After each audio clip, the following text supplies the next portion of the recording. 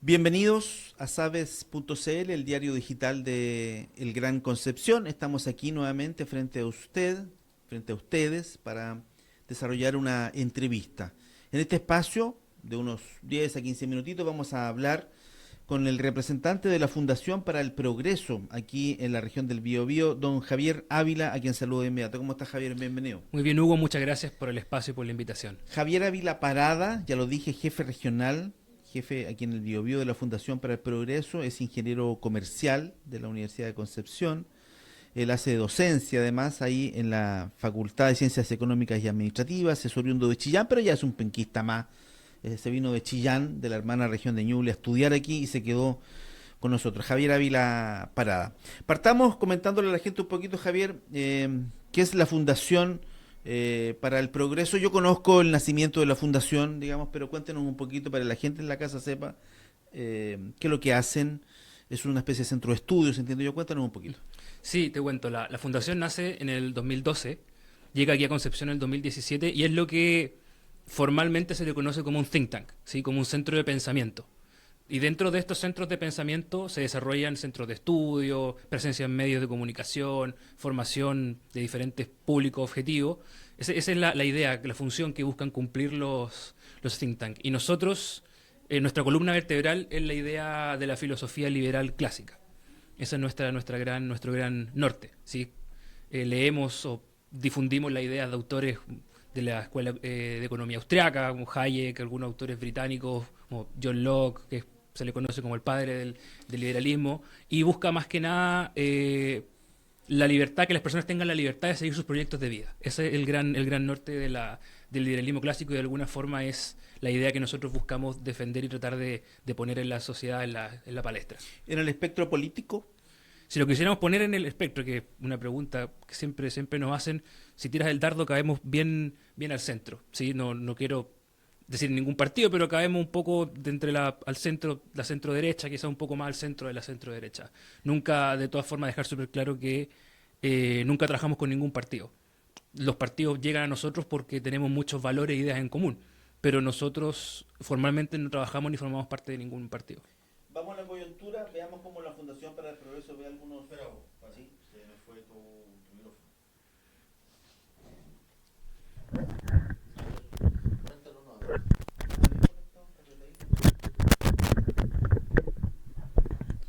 Sí, audio, probando, 1, 2, 3. Ya. Ya, entonces hago la pregunta de nuevo. Sí. Vamos a la coyuntura, ahí parto, ¿ok? Sí, audio. Bien, vamos a la coyuntura y comencemos con una noticia que es tal vez la más importante de los últimos años en nuestra zona y cómo la Fundación para el Progreso ve este tema en particular. Nos referimos a la crisis ya terminal de Huachipato, porque la verdad es que la administración, y lo leía en el Pulso hoy día, digamos, ya da por cerrado el asunto. El presidente del grupo CAP ha manifestado que ellos hicieron todos los esfuerzos, pero que ya parece que no había nada más que hacer. ¿Cuál es la visión de la Fundación para el Progreso de lo que está pasando con Huachipato? Es un tema bien complicado, porque cuando tú dejas sin trabajo, creo que alrededor de 20.000 personas, Poco más de 20.000 personas. Poco más de 20.000 personas, sí. Se convierte el tiro en un drama, sobre todo para una comuna. Ya venimos con la mochila del cierre de las minas de Lota, y esto puede provocar una crisis estructural así de complicada.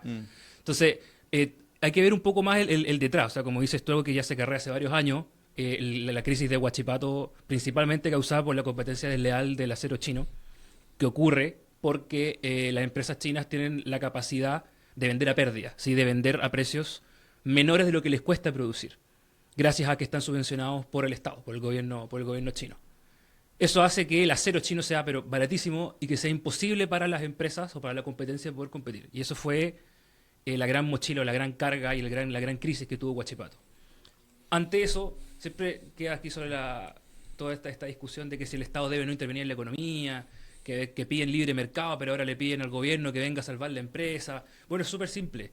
En esta situación nunca hubo libre mercado, ¿sí? Si tú tienes a empresas chinas que están compitiendo con recursos estatales, están haciendo dumping, que es el vender a pérdida, que es algo penado por el derecho internacional y que va en contra de los tratados de libre comercio, no hay libre comercio ahí, no hay libre competencia.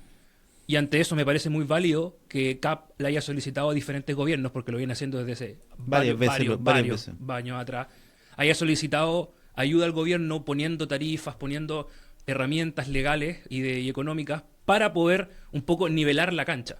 Y fue ante eso que, ante la nula respuesta de diferentes gobiernos, que vemos en lo que terminó.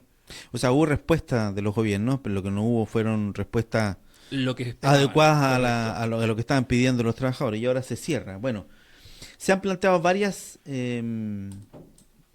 posibilidades para este tema, pasando por reformas constitucionales, o que el propio fisco compre parte de Huachipato, o que las mineras en el norte compren Huachipato, o no sé, un montón de posibilidades. ¿A ustedes les gustaría, a ustedes como centro de pensamiento, digamos, les molesta que, por ejemplo, se analice la idea de que el Estado pudiese comprar el 51% de las acciones de Huachipato con la idea de permitir que esto siga funcionando? Mira, yo creo que si vemos otros ejemplos, como es el caso de Codelco, donde el Estado sí tiene una participación Sí. importante y no ha dado tan buenos resultados, creo que habría que perseguir otras opciones. Yo creo que siempre el privado tiene la opción de entregar una mejor respuesta. Pensando en la crisis, en la cantidad de gente que se va a quedar sin trabajo, creo que sí es necesaria una solución más rápida. Y esa solución más rápida habrá que ver si la va a entregar el Estado o si la va a poder entregar el privado. Desde el momento de que Huachipato ha sido un hoyo negro de recursos, que ha sido una pérdida hace muchos años, tiene pérdida, veo difícil que haya intención de los privados de intervenir. Entonces creo que en situaciones así es necesario que el Estado intervenga en pos de la mejora de los ciudadanos. Sí, lo que no puede ser, crees tú, es una inacción del Estado. De ninguna manera. Mm. De ninguna manera. Porque hoy día, bueno, esta Quizás jornada, más que el Estado del gobierno. sí, estuvo de visita el ministro de Economía, digamos, y muchos pensábamos que venía con alguna propuesta y parece que no trajo ninguna propuesta, digamos. Entonces, eso es inacción, a pesar de que la Comisión Antidistorsiones resolvió el apoyo, digamos. ¿Tú estarían ustedes dispuestos eventualmente o les gustaría que se aumentara, por ejemplo, el tema del dumping, que fuera mayor el porcentaje? Los trabajadores piden 25% y en promedio sea un 15%. ¿Debería entonces otorgarse el 25%? Mira, yo creo que en este momento lo que hay que velar siempre es por la libre competencia. Y si aumentar la tarifa va de alguna forma a nivelar la cancha y acercando lo más posible a los precios de libre competencia, creo que es una solución que hay que buscar. ¿Qué pasa con los trabajadores si la empresa cierra?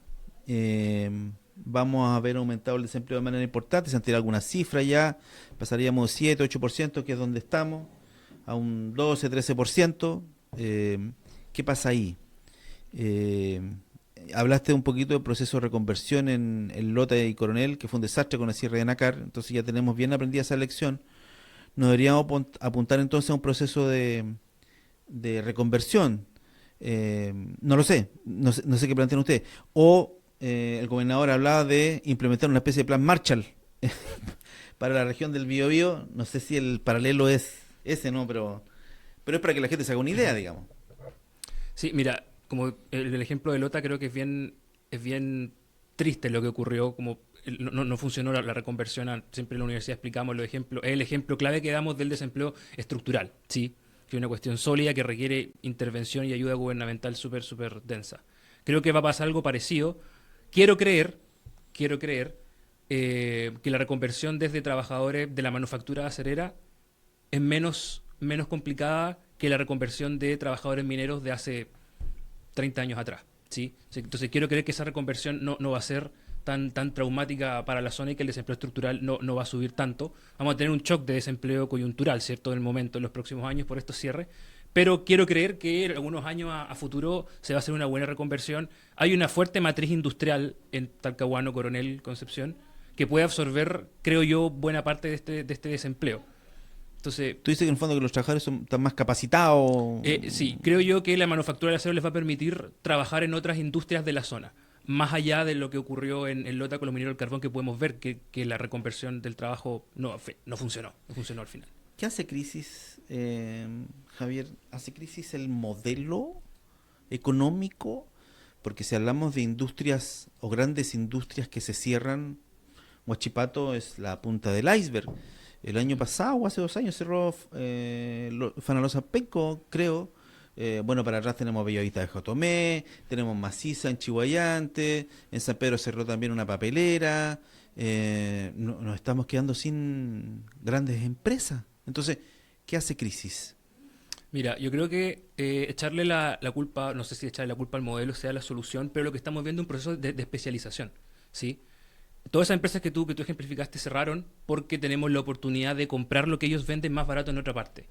De repente ahí la culpa cae en nosotros los consumidores, donde la opción racional va a ser siempre ir a lo más barato. Te lo hablo como desde la teoría económica, ¿cierto? Lo más ¿Por qué, lógico. y por qué la gente no hace la ecuación calidad de productos versus el precio? ¿Por qué sencillamente compra lo más barato? Porque a la larga, se lo voy a Los datos explicar, sale caro. lo voy a explicar burdamente. Yo ando trayendo unos zapatos que compré, son fabricación chilena, los tengo hace 2 años. Si me hubiese comprado un par de zapatos chinos mucho más barato, evidentemente, no me habrían durado los 2 años. Entonces, ¿por qué la gente no hace esa reflexión? Sí, desde la misma teoría económica está la respuesta, que es la gente prefiere obtener algo, una felicidad inmediata ahora, frente a algo en el futuro. Entonces, si yo compro algo más barato que voy a poder comprarlo hoy, lo voy a preferir a tener que ahorrar un par de meses para poder comprarme algo que me va a durar un tiempo más. ¿Sí? Eso se llama la teoría de preferencia por la liquidez. Prefiero tener las cosas hoy a las cosas mañana, aunque me vayan a durar más. Hay muchos estudios que indican el peso que tiene la calidad de los bienes sobre la preferencia. ¿Y por qué yo no hice eso? ¿Por qué preferí ahorrar y comprarme zapatos? Yo creo que hay un tema generacional también. ¿Sí? Yo creo que hay un tema generacional. Yo creo que nosotros los jóvenes, me gusta decir aún que soy joven, ¿ah? Yo creo que nosotros los jóvenes tenemos la facilidad de meternos en el teléfono, meterme a AliExpress o a Shein o a Wish y traerme de China algo más barato. Porque detrás de mí yo no pienso en que si compro algo de producción china versus la nacional, le voy a estar haciendo daño a la producción nacional. O sea, lo que estamos viendo es este cambio en la matriz de consumo hace traer las cosas más baratas de afuera y lo que estamos viendo a medio y largo plazo es que va a tener que terminar cambiando la matriz productiva de Chile. Porque si los consumidores no compran, vamos a empezar a cerrar y vamos a tener que especializarnos en otras cosas. Pasa aquí en Concepción nos estamos especializando mucho en servicios hacia afuera. En la Universidad del Desarrollo, Universidad de Concepción, hay incubadoras de empresas que tienen proyectos espectaculares que no se consumen necesariamente en Concepción, pero se están consumiendo en Chile y en el mundo. Entonces hay un cambio de la matriz de producir acero, de producir productos forestales o de producir losas y cerámica, a producir servicios que son consumidos fuera de Concepción y en todo el mundo. Entonces, eso es la especialización de la economía, donde nos ponemos a hacer para lo que somos buenos al final. Y si resulta que los chinos pueden producir algo más barato, la calidad ahí está dudosa, es porque ellos se especializaron en eso y nosotros nos toca especializarnos en algo que ellos no van a poder hacer. Yo no veo a los chinos ofreciendo servicios financieros para el mundo.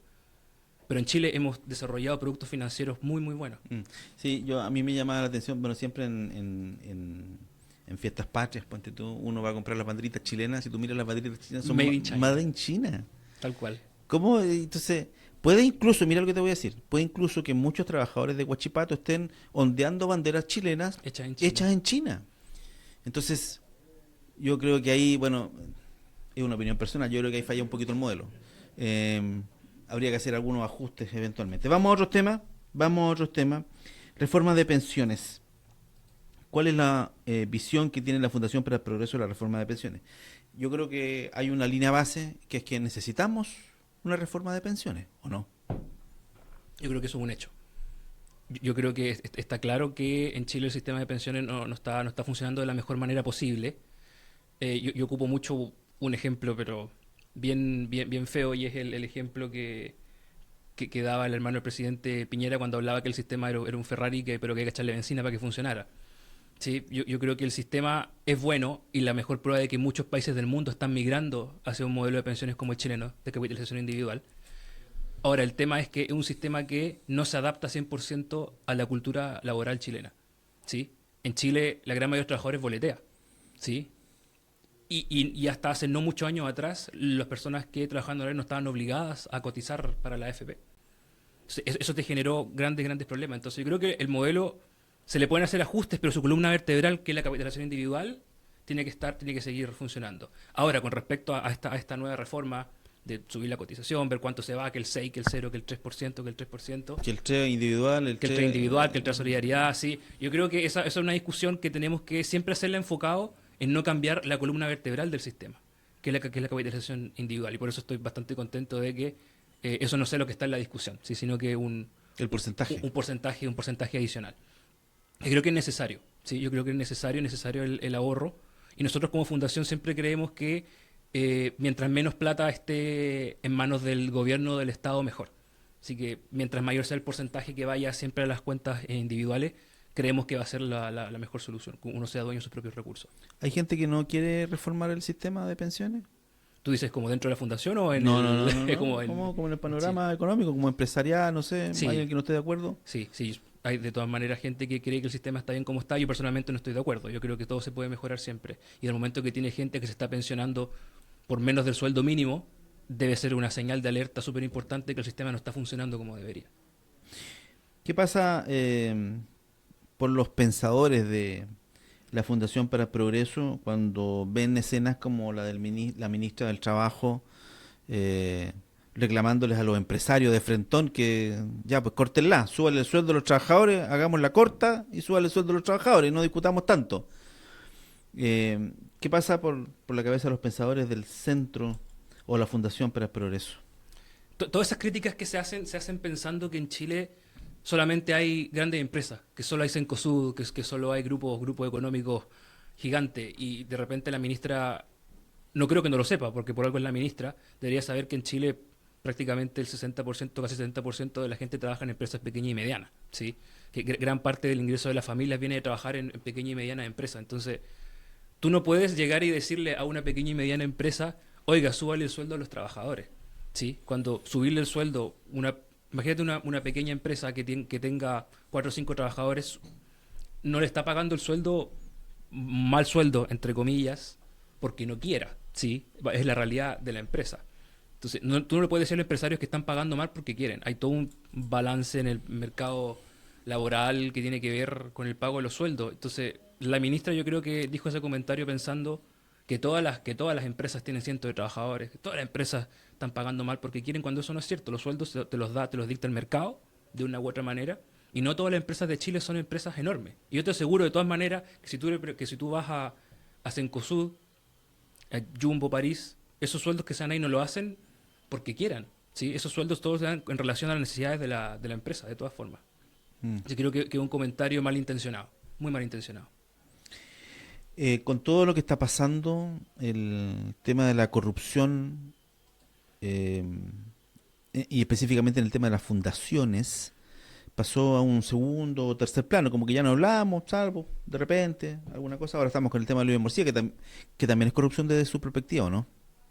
De todas maneras, y el tema de las fundaciones igual nos ha pegado unos pequeños coletazos, porque antes tú decías, yo trabajo en una fundación, trabajas en UNICEF, en Coaniquem, en una fundación, y ahora tú dices, no, trabajo en una fundación, y todos te miran como, trabajas en una fundación. Claro, y por lo tanto hay algo raro ahí. Cambió ahí un poco, hubo un cambio en la opinión pública que pocas veces pasa con noticias así. Pero sí, yo creo que de todas maneras estamos viendo, se está destapando un poco la olla de una ola de corrupción de un sector político que se presentó diciendo que tenían una brújula moral distinta, ¿sí? O sea, el ex ministro Jackson diciendo nosotros tenemos una moral diferente, quedó claro que tan así no era. Sí, claro, ahora, pero no sé si es atribuible, digamos, a esta administración el tema de la corrupción. Porque no sé qué tiene que ver esta administración con la designación de Sergio Muñoz o con la designación de Luis Hermosilla, que era una persona más bien No, claro, cercana a Sebastián Piñera. Entonces, sí. tengo la sensación que la corrupción, voy a que en general parece que vivíamos en una especie de ilusión de que Chile no era un país corrupto. Se empezó a destapar todo, sí. Y estamos dándonos cuenta de que la corrupción existe en todas las instituciones del Estado prácticamente. O sea, los directores generales de Carabineros para atrás, todos han salido de Bernales para adelante por tema de corrupción, salvo uno por ahí que salió por el tema de Catrillanca. Mire lo que pasaba con el jefe de policía anterior, de la PDI anterior, Héctor Espinosa, y ahora don Sergio Muñoz. Lo que ha pasado con el caso Fundaciones, lo que está pasando con el Poder Judicial ahora y el nombramiento de los ministros, hasta en el Ministerio Público se han visto involucrados en temas extraños con el fiscal nacional anterior. Entonces, ¿qué pasa con la corrupción en Chile desde su perspectiva como fundación? Por eso nosotros desde la idea del liberalismo clásico creemos en un Estado más reducido. Cuando tú le empiezas a entregar más herramientas al Estado, más fondos estatales, más capacidades, más poderes judiciales, etcétera, etcétera, existe todos estos incentivos perversos a que ocurra corrupción y ocurran estas cosas que afectan negativamente a la opinión pública. O sea, ubícanos en el mapa de Latinoamérica. En Latinoamérica tú tienes estados que son en general mucho más grandes que en Chile. En Chile tenemos un estado por comparación mucho más chico. Mientras más grande el estado, mayor es la corrupción. ¿Sí? Y si para allá vamos, hay que ponerle un freno a las capacidades del Estado. Y eso es una de las cosas más centrales del liberalismo.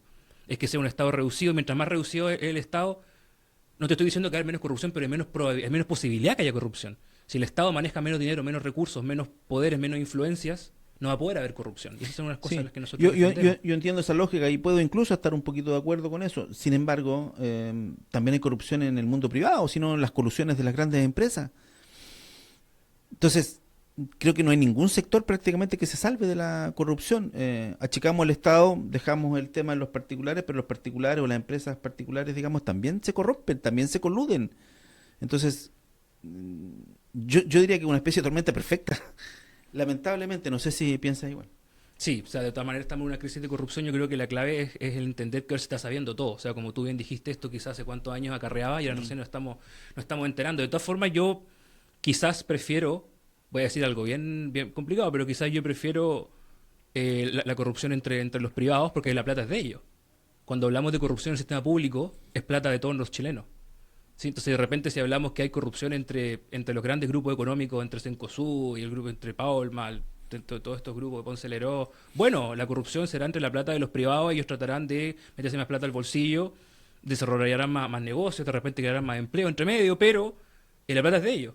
¿Sí? Si empezamos a hablar de la corrupción estatal, la plata es nuestra. Y eso quizás a mí me molesta un poco más. Muy bien, Javier Ávila Parada, jefe regional en el Biobío de la Fundación para el Progreso. Ha estado muy interesante la conversación, Javier. Muchas gracias. Muchas gracias por estar aquí con nosotros. Muchas gracias que nos están mirando. Dejar bien cortito la invitación a que nos sigan en nuestras redes sociales y que también se enteren de nuestra Academia Liberal que comienza la próxima semana en todas nuestras oficinas: Valparaíso, Concepción, Valdivia y Santiago. Así que muchas gracias por la invitación. A Sabes, Hugo, fue mucho el gusto. Que esté muy bien, Javier. Nosotros agradecemos también su sintonía. Nos encontramos otro día con otra interesante entrevista. Que esté muy bien. Adiós.